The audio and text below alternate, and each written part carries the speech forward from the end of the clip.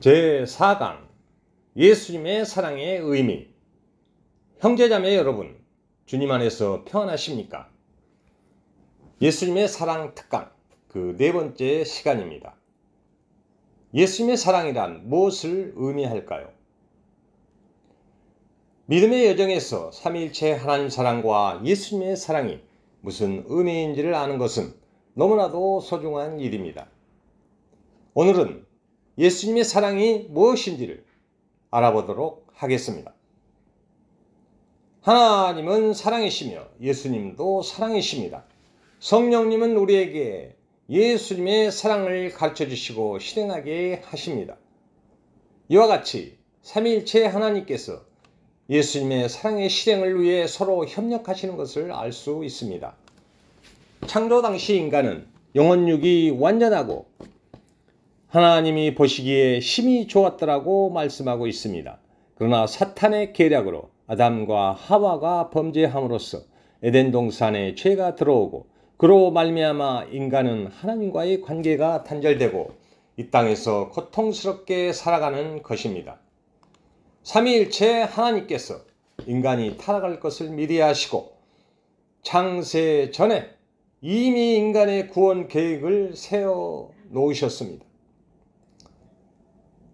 성부 하나님께서 성자 예수님이 인간으로 땅에 내려갈 것을 제안하시고 성자 예수님은 그 제안을 받아들였으며 성령님은 이것을 예비하기로 완벽한 합의를 이루셨습니다.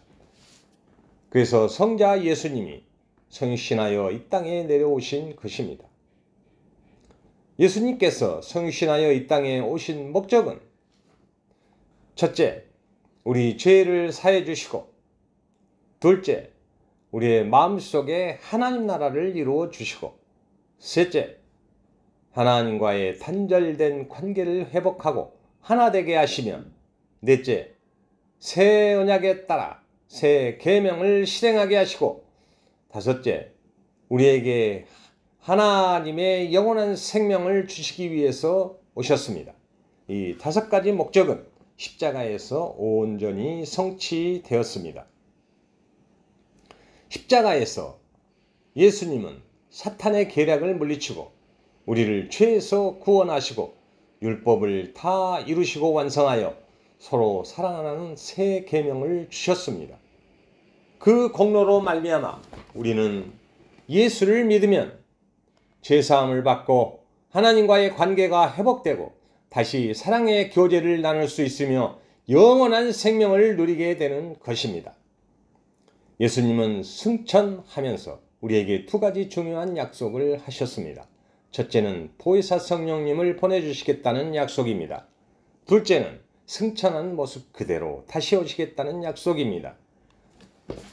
첫 번째 약속은 오순절에 보혜사 성령님을 보내주셔서 마가 다락방에 모여 전심으로 기도하던 120명에게 성령이 충만하게 임하심으로써 이루어졌습니다.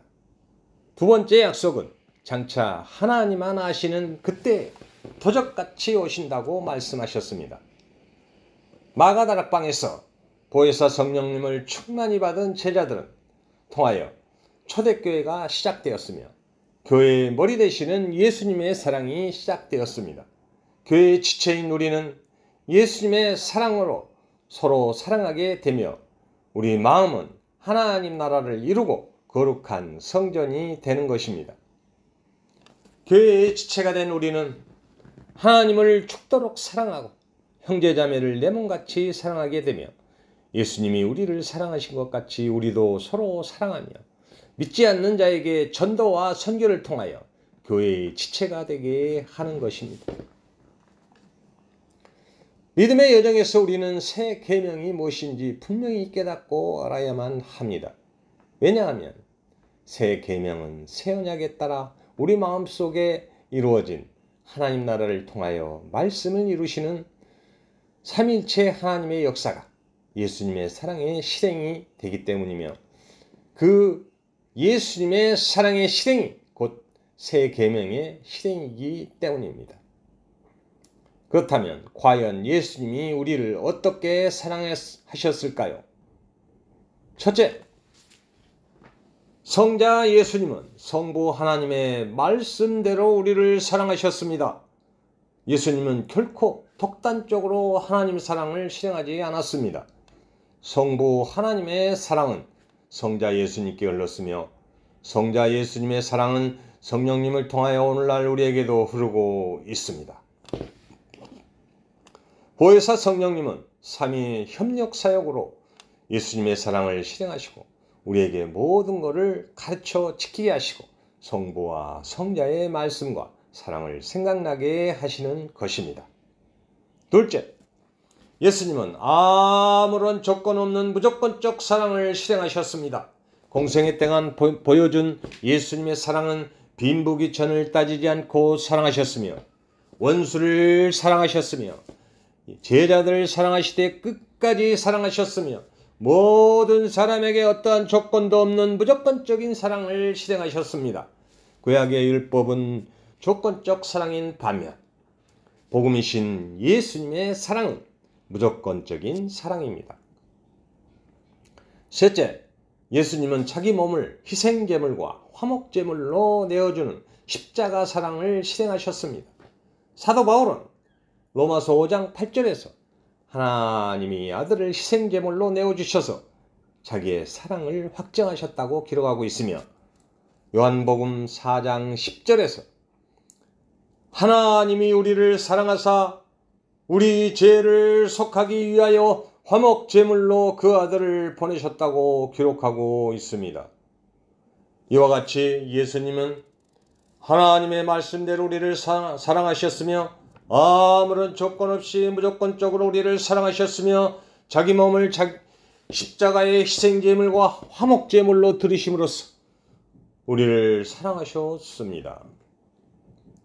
그러므로 물과 성령으로 거듭난 하나님의 자녀들은 자기를 부인하고 자기 십자가를 지고 예수님의 십자가의 부활과 죽음과 부활에 연합하여 예수님의 사랑을 실행해야 하는 것입니다. 예수님의 사랑의 실행은 물과 성령으로 거듭난 하나님의 자녀들에게 선택사항이 아니라 반드시 실행해야 하는 의무사항입니다. 왜냐하면 사랑의 열매를 맺지 못하는 나무들은 마지막 때에 찍혀서 불에 던져지기 때문입니다. 참으로 무서운 이야기입니다. 예수님은 실제로 열매가 없는 무화과 나무를 저주하여 말려버렸으며 과수원에 열매가 없는 무화과 나무를 도끼로 찍어버리라고 말씀하셨습니다. 구원의 나무는 뿌린 율법과 줄기인 복음 위에 반드시 예수님의 사랑의 열매가 맺혀야 합니다. 그 예수님의 사랑의 속성은 고린도전서 13장에 가장 잘 나타나 있습니다. 고린도전서 13장 4절부터 7절에서 사랑은 오래 참고 사랑은 온유하며 시기하지 아니하며 사랑은 자랑하지 아니하며 교만하지 아니하며 무례히 행치 아니하며 자기의 유익을 구하지 아니하며 성내지 아니하며 악한 것을 생각지 아니하며 불의를 기뻐하지 아니하며 진리와 함께 기뻐하고 모든 것을 참으며 모든 것을 믿으며 모든 것을 바라며 모든 것을 견디느니라 라고 말씀하고 있습니다. 예수님의 사랑은 삼위일체 하나님의 협력 사역으로 실행되어지며 결코 인간의 애씀과 노력으로 실행되어지는 것이 아니라는 것을 알아야 합니다. 이와 같이 예수님께서는 태초부터 인간을 창조하시고 사랑하셨으며 옛 언약에 따라 주어진 율법을 통하여 이스라엘을 사랑하셨으며 복음으로 이 땅에 오셔서 이스라엘뿐만 아니라 이방인들도 사랑하셨으며 시간과 공간을 한계를 초월하여 땅끝까지 온 세상을 사랑하기 위해서 보혜사 성령님으로 다시 오셔서 오늘날 모든 나라와 민족을 사랑하시는 것입니다.